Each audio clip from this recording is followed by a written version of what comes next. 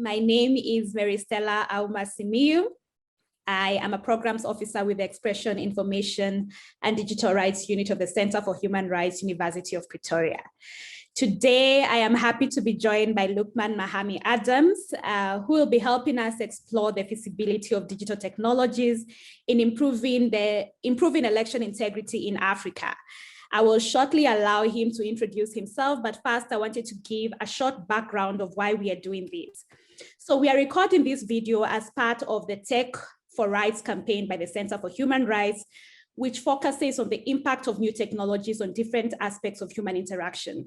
So basically, we are looking at how digital technologies affect, for example, the rights of children, how persons with disabilities use assistive technologies, how technology influences, for example, electronic evidence, how do we use digital technologies when it comes to issues of strategic litigation. So just basically how increasingly we see digital technologies influencing the realization of human rights. So as part of this campaign, we asked the Digital Inclusion Media Fellowship Program, which the Center for Human Rights is spearheading together with Paradigm Initiative. It's a collaboration. And we were happy to see that Lukman Mahami Adams agreed to help us in exploring this topic. Thank you, Lukman. Please introduce yourself. Thank you, Marystella. My name is Lukman Mahami Adams, a digital rights and inclusion media fellow at Paradigm Initiative. I'm a student of the Ghana Institute of Journalism, where I'm doing a master's program in development communication. And I'm delighted to talk about the feasibility of internet and the technology in African elections. Thank you for this opportunity, Marystella. Thank you very much. We are glad to have you today. Thank you for agreeing to do this. So we see African countries have grappled with this issue of election integrity, some from independence, others since the third wave of democratization, where we saw a lot of countries in Africa becoming multi-party democracies. And recently, we increasingly see a lot of African countries adopting digital technologies to improve the administration of their elections.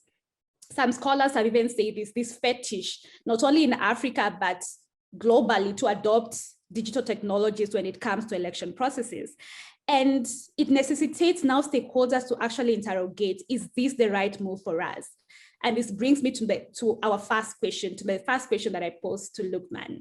Are digital technologies really the solution to flawed election processes in Africa? Our answer in a certainty.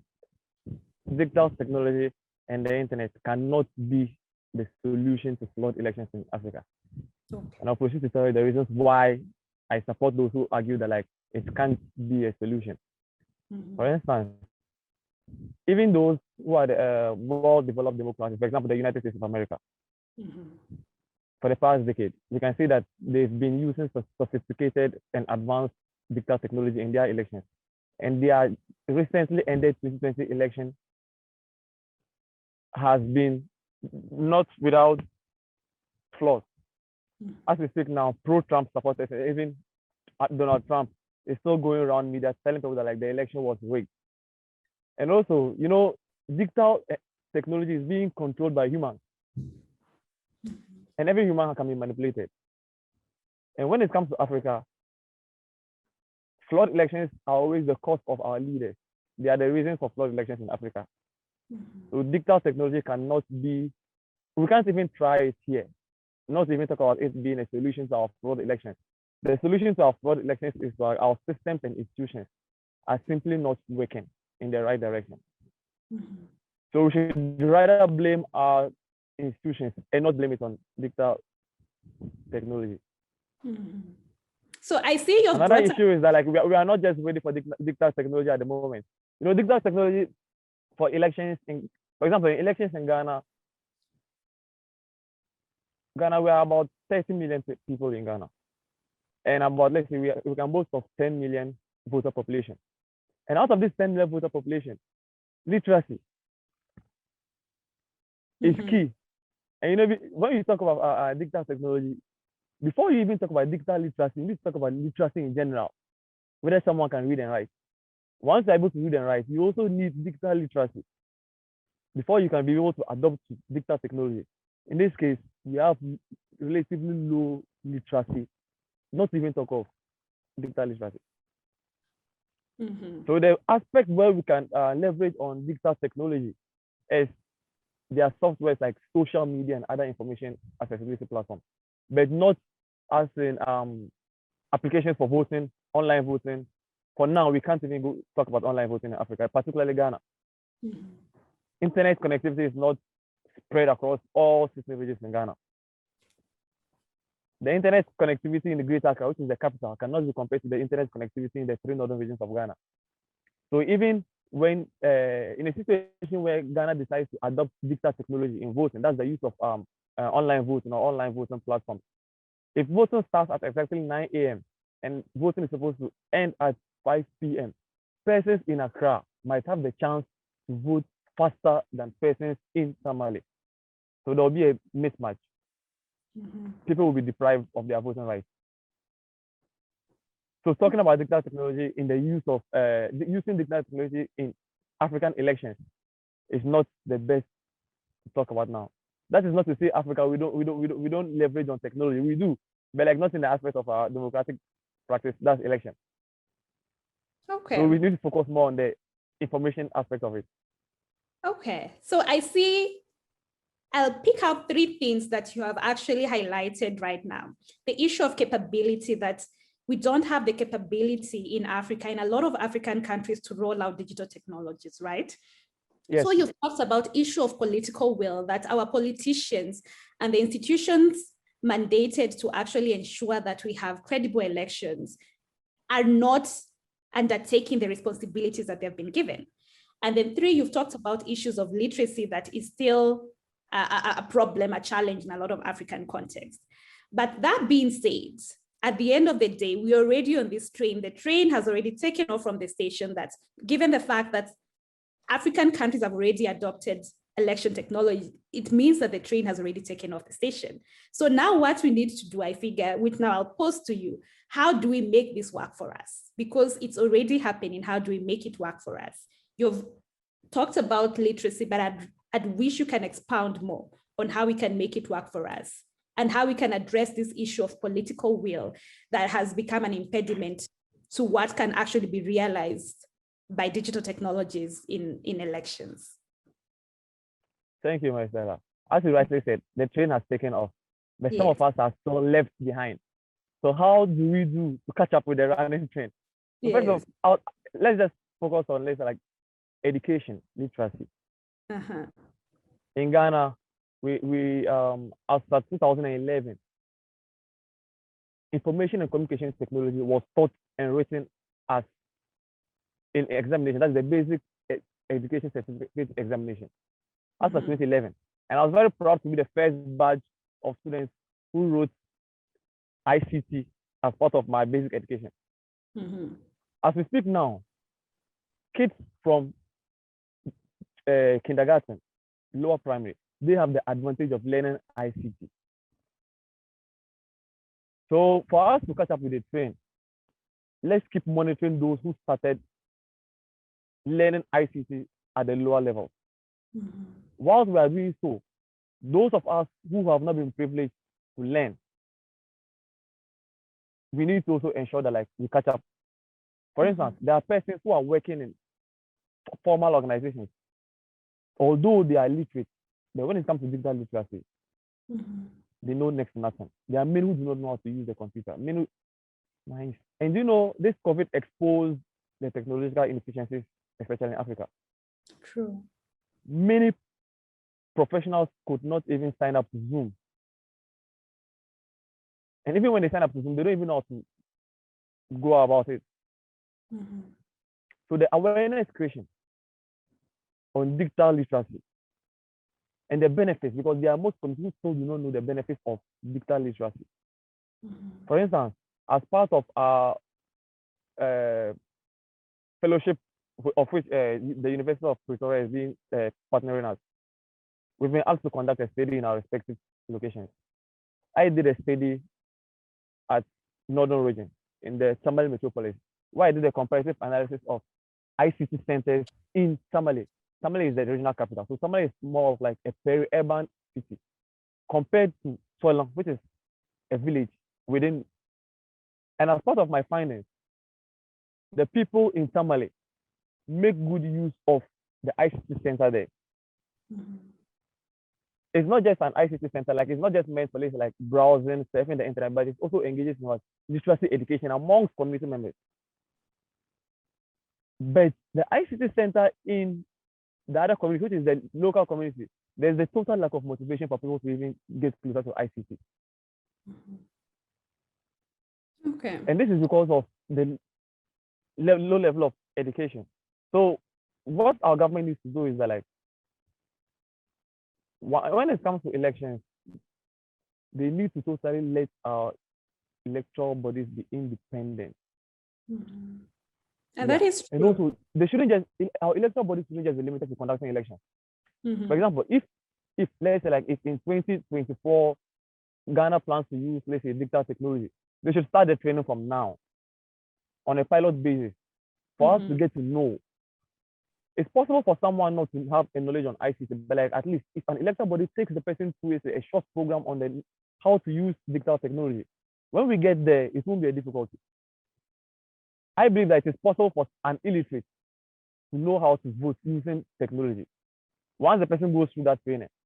Mm-hmm. Yeah, so as you said, the train has taken off. And I'll also be glad for my people to also join the train. Mm-hmm.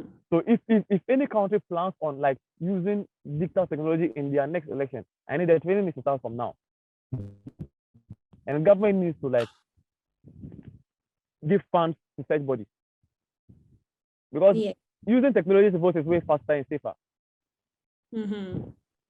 Exactly, I completely agree with you, and I'm glad you've expounded more on the issue of literacy and included why it's important to have this integrated into educational systems, as well as the EMB actually undertake digital literacy as part of their voter campaign educations, the voter education campaigns that they undertake.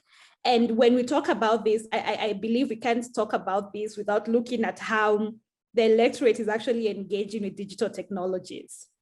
We see increasingly during elections and even beyond elections, we see people going online and they are engaging in and discussing issues that matter to them, issues of public interest. We see the election management body, we see political parties going online to talk with the electorate, going online to talk about their manifestos, what they wish to bring to the table during the election process. So we actually see in a number of African countries, despite the fact that internet penetration is a challenge in Africa, we see a lot of people engaging in this space when it comes to issues of public interest. But now when we come to how we exercise freedom of expression online, there are some challenges that are materializing when it comes to electoral discourse in the online space. Are you able to talk about that, how this is happening in Ghana, and whether you think the online space, moving just away from digital technologies in election, just how the online space can enhance electoral discourse, or is it actually a challenge to electoral discourse in Africa during elections? Pick up from where you talked about the freedom of expression online. Yes. And I would like to say, like, I think for Ghana, we can say, I can say, like, I can even be 100% sure there's never been an attempt by the government to hinder us from using our online media. Mm-hmm. What I can remember is this, in the lead up to the 2016 general elections, the president at that time, there were allegations against His Excellency former President John Dramani Mahama that he's making plans to shut down social media on 7th December 2016. A week later, he came out to completely deny such allegations, that he has no intention of doing that. Since then, there has been no talk of an attempt by any government to suppress freedom of expression online. That is not to say we are perfect when it comes to freedom of expression online, because freedom of expression online starts from you giving access to the platform during the time you are using, and also after you use it. I have an access to social media account. I can go on there, use it. But like after using it, what happens to me? Mm-hmm. And to be honest with you, in Ghana, women suffer the most. And a category of professions, journalists. they suffer the most. We can go online, go to Facebook, go to YouTube, say whatever we want to say, and we get attacked offline. Mm-hmm. So I see you have Yeah. mentioned internet shutdowns, which is a concern when it comes to access to information during elections, because we find sometimes during elections, most recently in Uganda, we saw the government shutting down the internet. It happened in Togo, it happened in Burundi, it happened in Tanzania. So what do you think about this trend of internet shutdowns during elections in Africa? Why is it that governments in Africa see the need to shut down the internet during elections? And what impact do you think when it comes to election integrity in Africa? Governments in respective African countries shutting down internet is just an irony to me, because they themselves, they use it during campaigns. Mm-hmm.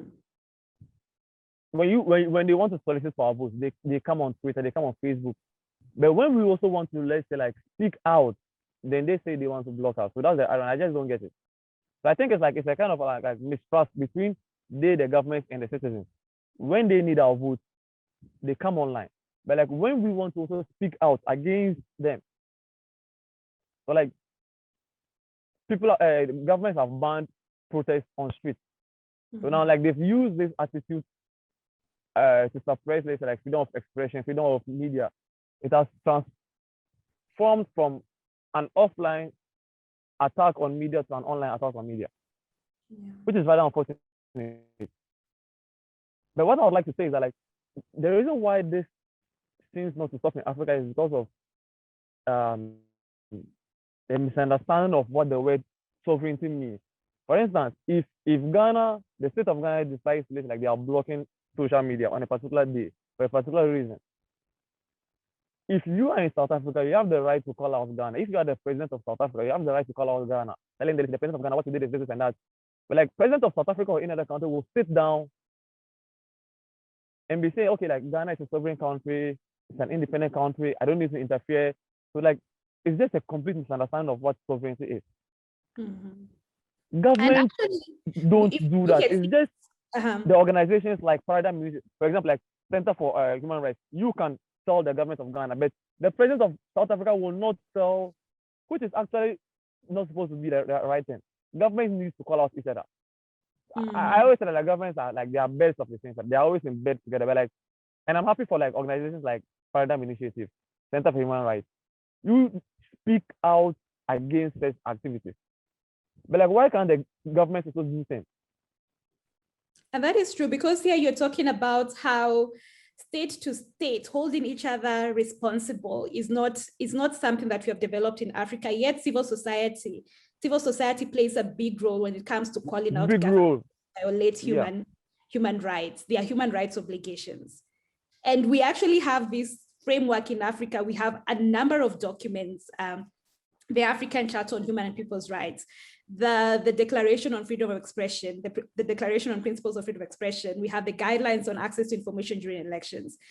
These are documents that African countries know about, yet they do not implement policies that are in line. That's the irony. Yes. Yeah. For instance, like there are scenarios where, let's say, you mentioned the United Nations chapter on the rights of freedom of expression. Yes, we have the African Declaration. African Charter, yeah. It's very known. Almost all governments know the contents of such conventions. So, for example, like if I am prevented from expressing my freedom of expression online, chance to remedy. We have organizations like, for example, in Ghana, we have the Commission on Human Rights and Administrative Justice. Like the fully mandated body to deal with issues of human rights. I can go straight and report to them. But like the political will for them to solve the abuse on me is totally lacking. Mm-hmm. So at best, what we can do is to name and shame them, but like they never get sanctions. At best, we can just go on social media, name and shame them, but like they never get, nothing happens. When you get to the court, and to be honest, I have an issue with the telecommunications network across Africa. They fear victimization because governments give them access to come into the particular country. So if the president of Ghana contacts, let's like MTN Ghana or Vodafone Ghana, listen, on this particular, they shut down the internet. They cringe. They have the right to say no. But in this sense, they're also in to make profit. They can't say no because governments can take away their license. And there are cases in African countries where governments have taken license from telecommunications networks. And telecommunication networks go to court to seek remedy. And the court also delays them. The rules of justice running slow. All right. I want to bring you So there are attempts by governments in every aspect. Yeah. But I want to bring you back to something you said when it comes to issues of internet shutdowns. You mentioned that really it's a facade by government to prevent criticism and a sort of a critical eye by other stakeholders on what they're doing. It actually provides a room for rumors to breed and for them to undertake, to undertake certain nefarious actions. Usually, sometimes they will use it to rig elections because we can't really interrogate what is happening behind the scenes. But another excuse that governments have used is that they will shut down the internet to restore public order and to prevent the spread of false news. My question in this regard is whether you actually think internet shutdowns can help manage the spread of false news during elections in Africa. Because we see during elections, rumors breed, politicians lie. There's a lot of information flowing online, especially in this digital age. There's a lot of information online. Sometimes you don't know what is true, you don't know what is false. Is this a reasonable justification to shutting down internet in Africa? The world is fast developing. So using internet shutdowns as a method of preventing hate speech, preventing fake news, preventing misinformation and disinformation, it's actually absurd. There is the rise of fact-checking organizations. And we have fact-checking organizations in Africa. That would be the best. Government is totally do away with what they are saying that they can use shutdowns to. Fake news has been existing for long. We have fake news on radio, fake news on TV. Why don't they shut TV and why don't they shut radio? But they are shutting the internet because of what? The rapid spread of information on the internet. We have fact-checking organizations who are available on social media platforms. And they actually label fake news on social media sites. Aside fact-checking organizations, for example, Twitter and Facebook, there are several times where former President Donald Trump is a typical example. Trump tweets minutes later, Twitter flags his tweet with the caption, please, this news has been fact-checked by this, and this. Kindly pull down. It's possible. So it's possible in Africa for, let's say, political party A to lie about an event. And Twitter comes in seconds later to flag such posts. Marystella, wouldn't this be a best option than to shut down the internet? So here you're bringing in the aspect of digital platforms in how they manage the spread of false news on their platforms. I feel like you're leaning towards. Almost every country has fact-checking organizations. Independent fact-checking organizations. Yeah. All right, fine. So that should be the best option to you feel like social media platforms are in a better position to manage false news on their platforms as compared to the government. Government's decision to shut down, yes, please. But now the challenge is at the end of the day, when it comes to social media organizations, we've known in the past, and Facebook has come under fire for this, that they know that false news is actually attractive. It attracts people on their platforms. It increases their profit margin at the end of the day. Can we really rely on social media platforms to ensure that this is a space that actually provides meaningful discussion? It's actually a platform, a public sphere that ensures meaningful public debates. Is it possible? We also have the pros and cons of social media and their claim of having fact-checking organizations. You mentioned, with me in particular, I've attacked Facebook several times. And also, I've also congratulated them or commended them several times for helping stop the spread of fake news. But like, I'll congratulate Twitter more often than Facebook. For example, the role Twitter played in EndSARS demonstration. 2020. Yes. You know, during the entrance demonstration, there were lots of fake news. Twitter used to pull set tweets down. And also Instagram. Instagram used to pull images from the entrance demonstration. They used to pull them down. For instance, like there's a statistics to show that like Facebook has spent close to $10 million only on fact checking.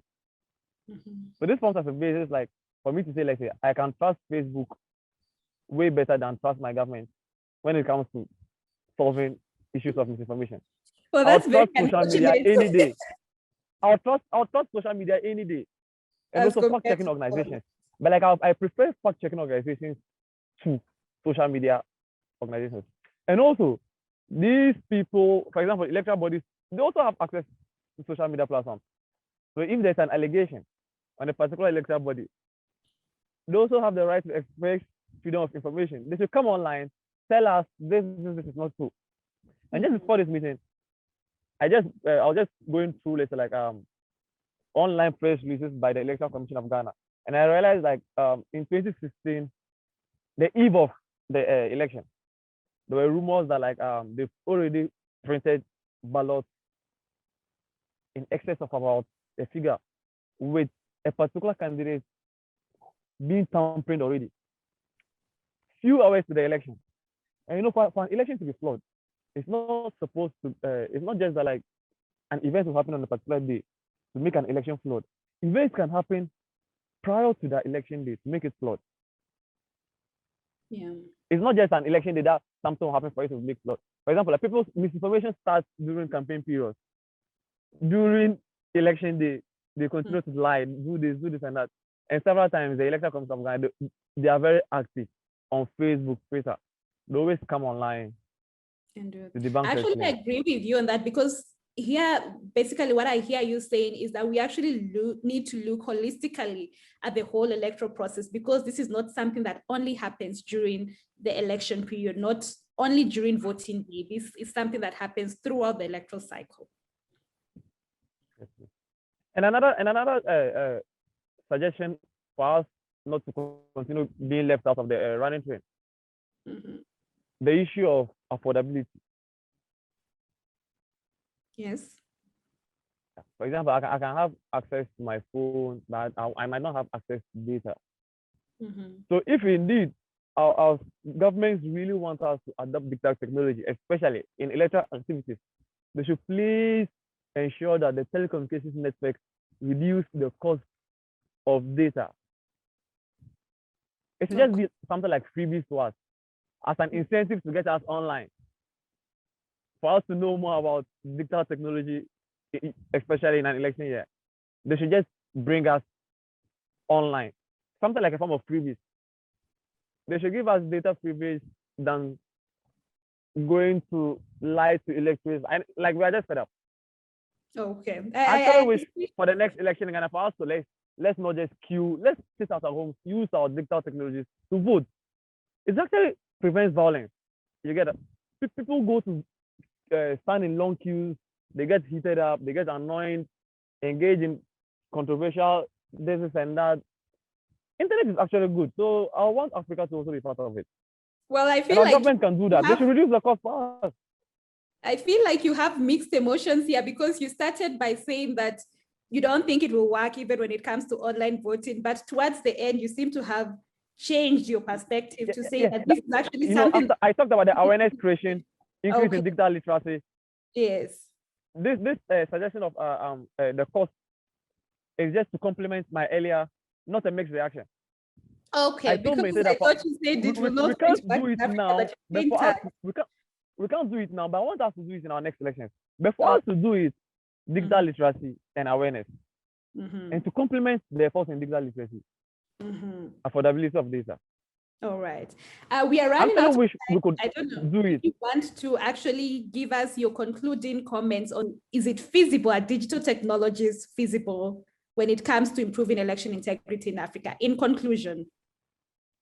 Okay, in conclusion, like for now, it's not feasible, but there are ways and measures for us to make it feasible.